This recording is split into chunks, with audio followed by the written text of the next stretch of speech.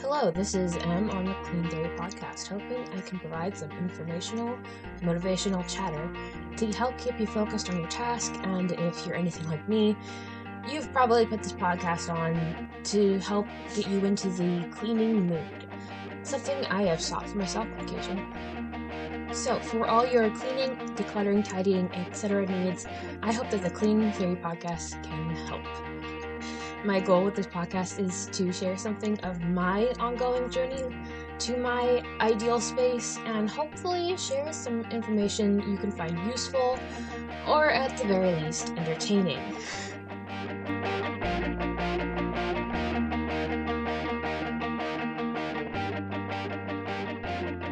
I am not entirely sure how this first episode is going to go, so if you want to just put this on in the background for some pleasant cleaning themed chatter, that is exactly what I'm here for.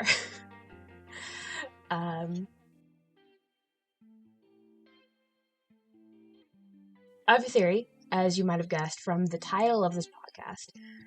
Well, less specifically, I have a theory about life in general, and that is that you can apply scientific principles to nearly every aspect of life. I'm not just talking about studies about aspects of our life. I mean like that joke, applying to the phrase, an object at rest tends to stay at rest, referring to someone being a couch potato. So, cleaning theory number 1. Nature abhors a vacuum. Not like a vacuum cleaner, which, a lot of nature does anyway, but rather a void. An empty space will be filled by something. A missing part of the ecosystem will be filled by another creature or plant. Unplanned and unexpected free time will be filled by scrolling through social media, and empty surfaces and vacant spaces will be filled with clutter. Something I am way too familiar with. If you're like me, you have a lot of creative projects you'd like to be doing, you have papers that need to be filed, you have aspirational office supplies everywhere that you bought because it gives you the illusion of productivity. I'll be honest, that's not the part that bothers me. Having stuff doesn't really bother me. What bothers me is not being able to find the things I need to do the things I want to do. Clutter happens. It's a fact of living. It's a fact of creating. It's a fact of getting stuff done. And I'm in no way a minimalist. I like my stuff. I like seeing my stuff. I like having the stuff I want when I need it. But in the last year, maybe year and a half, I realized that my space is limited. Duh. And I could have literally everything I wanted and find a place for it, install more shelves and storage solutions, or I could just not. I could edit the amount of things I own and make more mindful choices about what I keep and what other things I brought into my space from then on. I'll go into a little more detail about that later. Back to the point of nature abhors a vacuum. I can't do my crafts if I don't have the space to do them. One of my things is sewing. That takes a lot of space to cut patterns out, to pin things together. My sewing machine will take up space when I'm in the middle of a project. One of the things I've been working on is a mindset of having dedicated empty spaces. Spaces that have a designated purpose for an item or activity so that I can partake in that activity. So that I don't have to move things into spaces they don't belong, so that I can do the thing I want to do. Ideally, and this is important because you should know that I am not there yet, ideally, I would have a proper work table where I can spread out my project and leave it and come back to it and not have to put it away in between work sessions. All I have right now is a room in the house that I share with my parents, and I can't really just leave my projects in the main part of the house when I'm not working on them, because my mom can't abide by the mess, and honestly, I can't blame her. You know, she's had a long journey to getting organized herself, and she's accomplished so much, and I don't want to be the one to mess that up. So I'm gonna have to still declutter and reorganize my room to get a work table in here that isn't also a tiny little desk. That would just be really nice. But right now, my dedicated spaces for working are my desk and my floor. So I have to keep my floor, or the majority of my floor, relatively clear of furniture and stuff, which has been happening for the most part, and it's been nice. One more application of this phrase, and I'll move on to the next theory. Letting items have space to breathe. I think it was Marie Kondo that mentioned something about this, but I don't think that it's a new idea. I'm not talking about things in containers, but like on top of my dresser cube organizer thing, which my mom totally copied my idea, by the way, just in case no one asks. I did it first, in this house anyway. But on top of it, instead of covering literally every square inch of that flat surface, when I was reorganizing my room this last time, I was really intentional about what I put back there. It's still gotten a little cluttered since then, but mainly it's just a few things I need to find new homes for, or the projects I'm currently working on. Or some things like my clothes drying rack, because our dryer broke months ago and it's too rainy and miserable to dry clothes outside anymore. Also dealing with some mental health stuff, but I digress. One thing that helps with letting items have space is finding things you like and value. Things that feel like they deserve a space on this surface. And not only that, the little like inch or two or whatever around them. The phrase that comes to mind is letting them have a place of honor, which I feel comes back to intentionality. In the process of decluttering, it is very important to not bring home more clutter, or at least less clutter than usual, and being really intentional with what you bring into your space. When I started my whole decluttering journey, I sat down and created an idea of my ideal space. The colors I wanted, the textures, the materials. I thought about how I wanted to feel when I was in my room. And then from that, I could be more discerning about what I brought home and what I kept.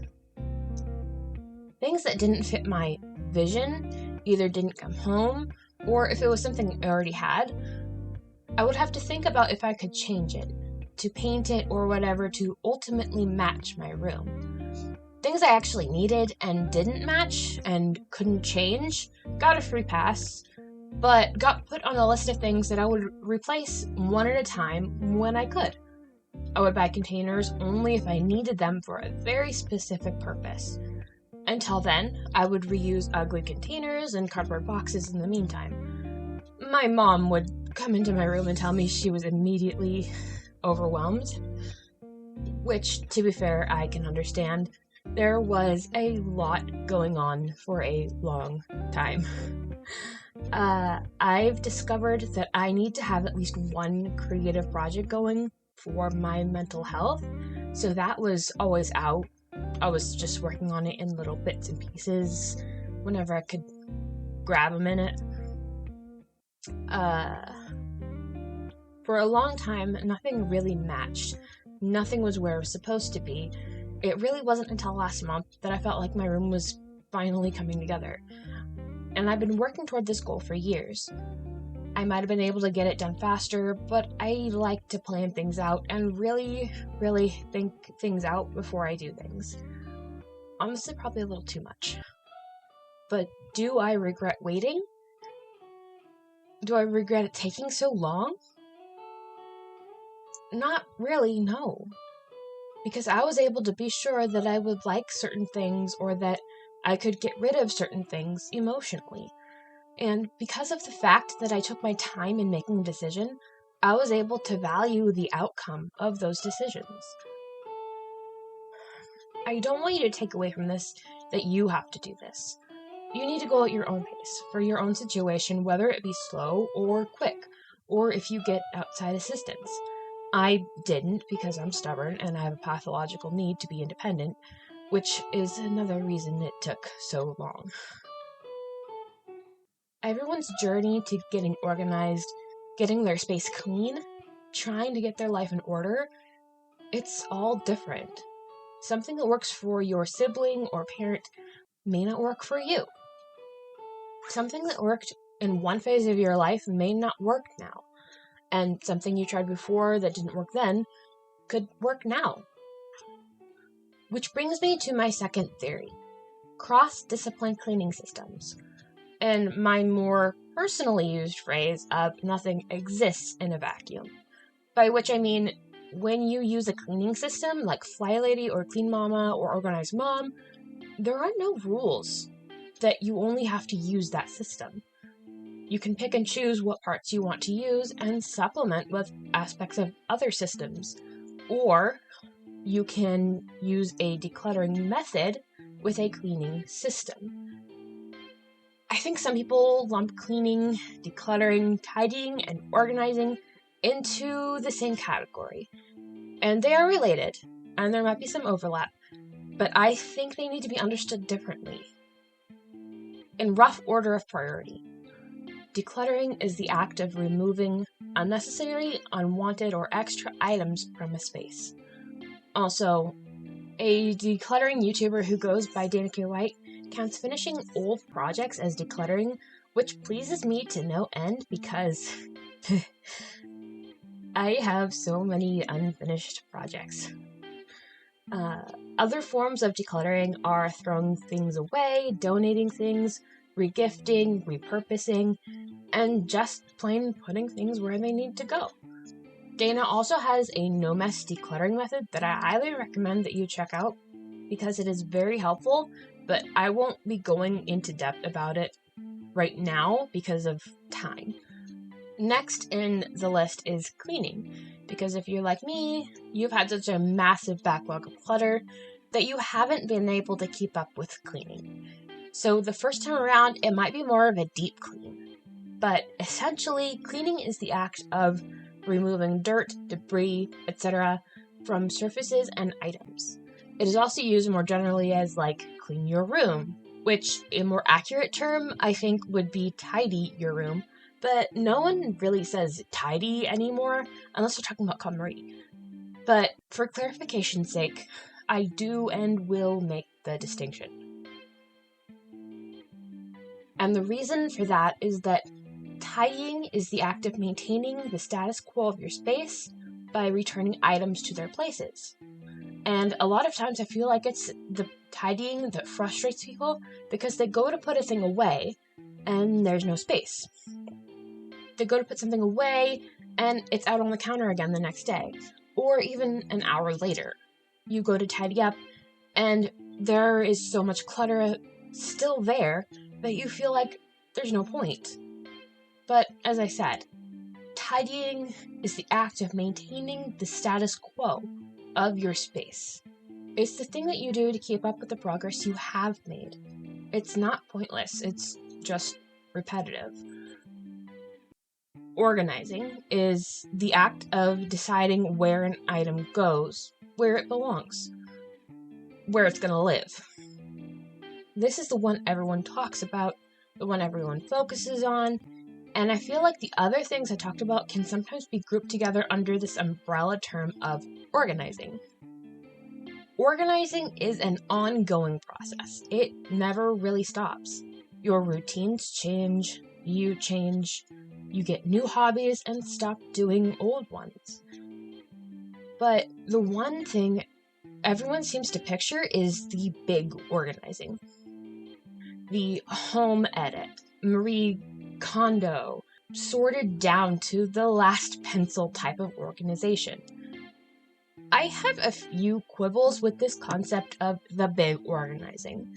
The main one is the time it takes. It is a big ask of people who are already overwhelmed, who have a lot of time that is already spoken for by virtue of being a parent, having a mental illness like depression and anxiety, a physical or mental disability, having a job, and sometimes all of these all at once. As you go along in your life, decluttering and cleaning with whatever system or routine you're using, there are going to be little acts of organization. Putting things where you actually use or need them, just straightening up a cabinet and resetting and adapting the organization there. It's a slower process, but a much more organic type of organizing. I think this is the overall better option because it's based on how you actually live and use your items, and not based on your idealized self. The other problem I have with the big declutter is that people tend to think they need to go and buy all the pretty little clear containers and all, or at least most of their clutter problems will be solved. But to be honest, to start organizing, you don't need to spend a penny. You likely already have containers you can use in your home. Are they pretty? Not necessarily. They could just be cardboard boxes, maybe. Do they fit with your current decor? It's possible. Will they contain your stuff while you figure out how you want to organize your stuff and exactly where to put it? Yes. Until you figure out how you want to organize your stuff, you usually don't know what kind of containers you will actually need, or how many. This may not work for everyone, but one of the things I did was I called it a slush pile of containers. There were containers of all different colors and sizes. Some were cardboard, some were metal. I made sure they were all relatively sturdy because I did reuse them quite a bit. But I kept this little slush pile of containers with the intention that it was eventually going to leave one way or another. None of them, well, almost none of them, are still in my space. But while I had them, whenever I needed a container, I would go to this pile first. Sometimes I would swap out containers that weren't quite right for something, just experimenting with different things and seeing what worked. Because the second part of this was that I had a rule that I couldn't get any containers unless I had a very specific idea of what would go into it and where it would go. Even then, I started looking for things at the dollar store, seeing if there was something there I could use that was close, to see if that was good enough to go ahead and use, or just to see if my idea would even work the way I pictured it. And sometimes it didn't, but I was only out $1. This was, well, the majority of this was before they changed to $1.25. I don't know what's going to work for you. I can only offer you my somewhat limited experience and research that I've done on these different methods and techniques and routines. There's no one size fits all. Everyone is going to find something different that works for them, and it might work only for them, and that's okay. It doesn't have to be conventional. It doesn't have to be where something should go, what you should do, or what should be working. I don't know who started using this phrase, but stop shoulding all over yourself and your space. Find what works for you, for your family, and for your space. You are a dynamic person. You live and move around and grow and change, and so should your space and your routines. I know this has been a little bit rambly, but I think that's a good stopping point there. I hope you found something of use here, and if you were just listening while you got stuff done, I am so happy to have just been hanging out with you. That is just 100% the reason I started doing this. So as long as people listen, I have accomplished my goal here. I plan to have another one of these out in a month. I'm going to try and post one a month, and we'll see how this goes. I I hope you have a good time zone, and take care of yourselves.